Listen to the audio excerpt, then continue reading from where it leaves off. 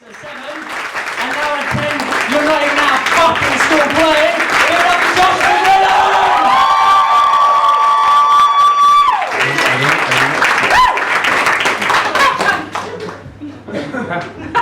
I need the stand, but thanks. Let's just move it into the centre. How are we? We're good? I brought newspapers, so I'm just going to read them. I realised the other day that the concept of newspapers, if they were like introduced today, they're quite weird, aren't they? Because if you pitch it, you'd go, well, it's yesterday's news, but I'm just going to print it today. But no. So I actually went and genuinely bought newspapers today. I bought 3 newspapers, 2 of which I've got here. Fuck knows what happened to the other one.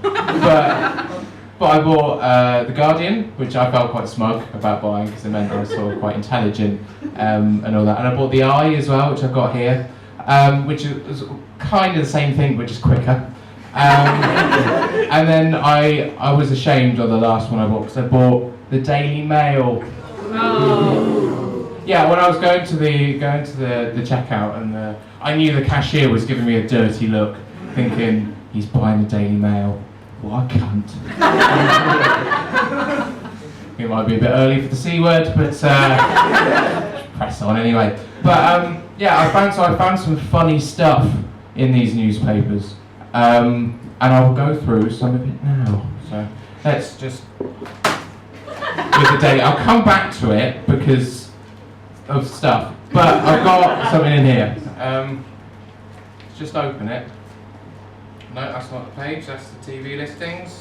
Here it is. The Eye. So the Eye is known for news in brief, pretty much. So I was a bit surprised when I saw this, and it is a double-page spread of Cornish fucking pasties.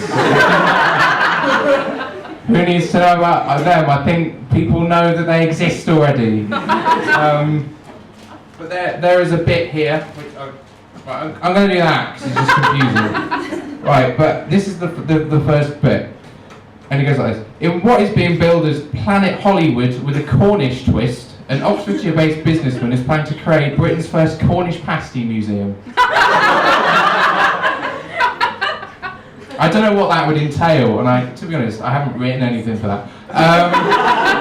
I've written this today, genuinely I have. But they've got some. But here they've got some pasty facts, history filled in. So one of them is, among the explanations for the D shape, that they could be carried using the crust as a handle, which is then discarded due to the high levels of arsenic in many tin mines. Wives used to mark their husband's pastry with an initial on the casing to avoid confusion. Yeah, I don't care either. So let's just chuck that to. Do you want to take that? Take it home. Actually, no. I'll need it for research.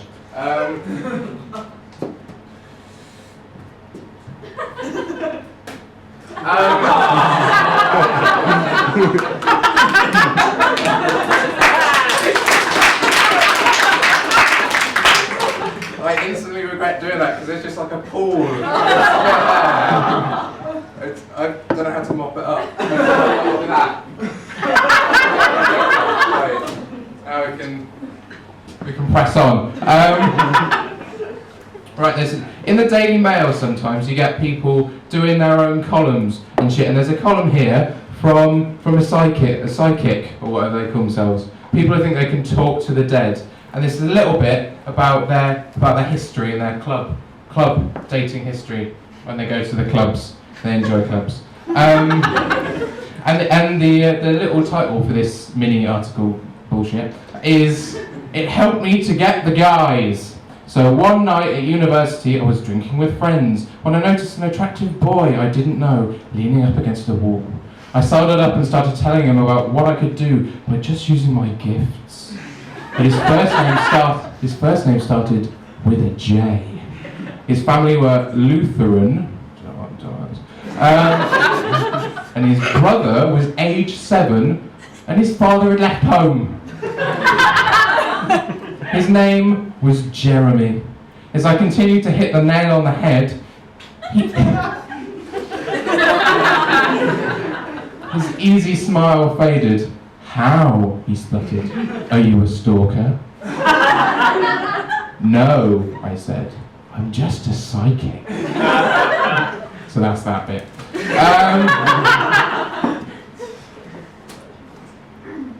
You'll probably be wanting some proper jokes and shit now, so I'll do that.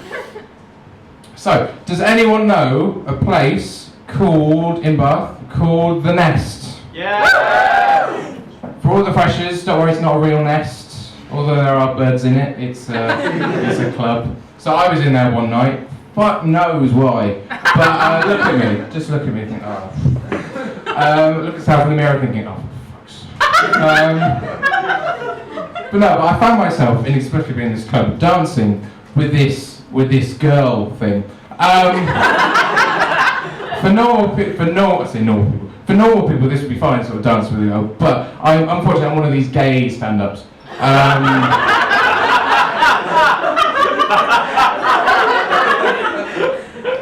That wasn't even a joke. That's true. I hate you all. But no, she was like yay high, and I couldn't remember her name, but she looked a bit like an orc, so off of the Lord of the Rings. So for the purposes of this, we'll call her Maud. So I was dancing with Maud, and I noticed something was a bit off, apart from the sort of face thing. And she was wearing a bright red Mohican wig, because it's unusual, because in the films they don't really wear them, and I've seen the extended editions, so I'm just showing off there. So I called her just asking it. I said, "Why are you wearing a bright red Mohican wig?" Now, I'm not the sort of person that can go around criticising other people's hair. Just look, well, what the fuck is that? I look like at best a furry boiled egg. You know, my hair's trying to escape my face. I realised only the other day, when I was thinking of what to be for Halloween, I can only be like a small amount of things. And they are Lex Luthor, Charles Xavier, and a fucking potato.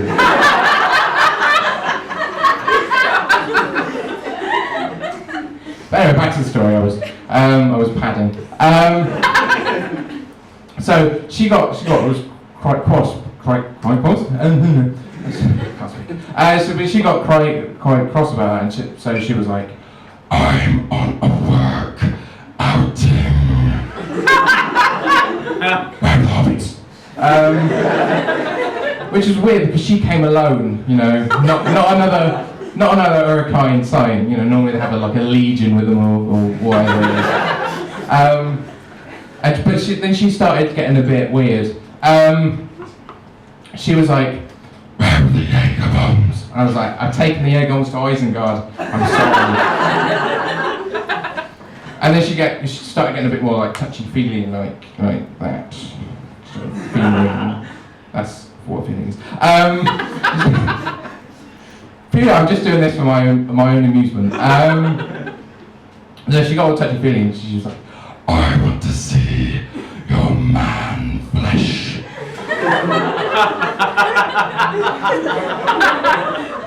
Which isn't ideal. We're in a public place. I've got a public order offence now. So I just had to sort of cut it short there. I had to stop it, and I said, "Right, I don't want you seeing my Fangorn forest.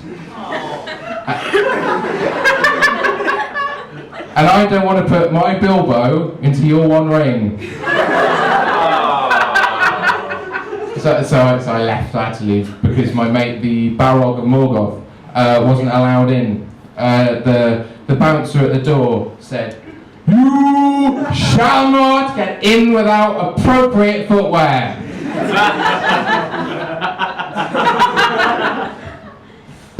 I will now end with a joke. It's well, I say a joke. It's kind of, but I'll just do it anyway because I can. I've got the microphone. I could do anything. Right, joke. Let's not forget my papers. So I can briefly describe cashews in a nutshell. I've been Josh McGrillen, you've been brilliant.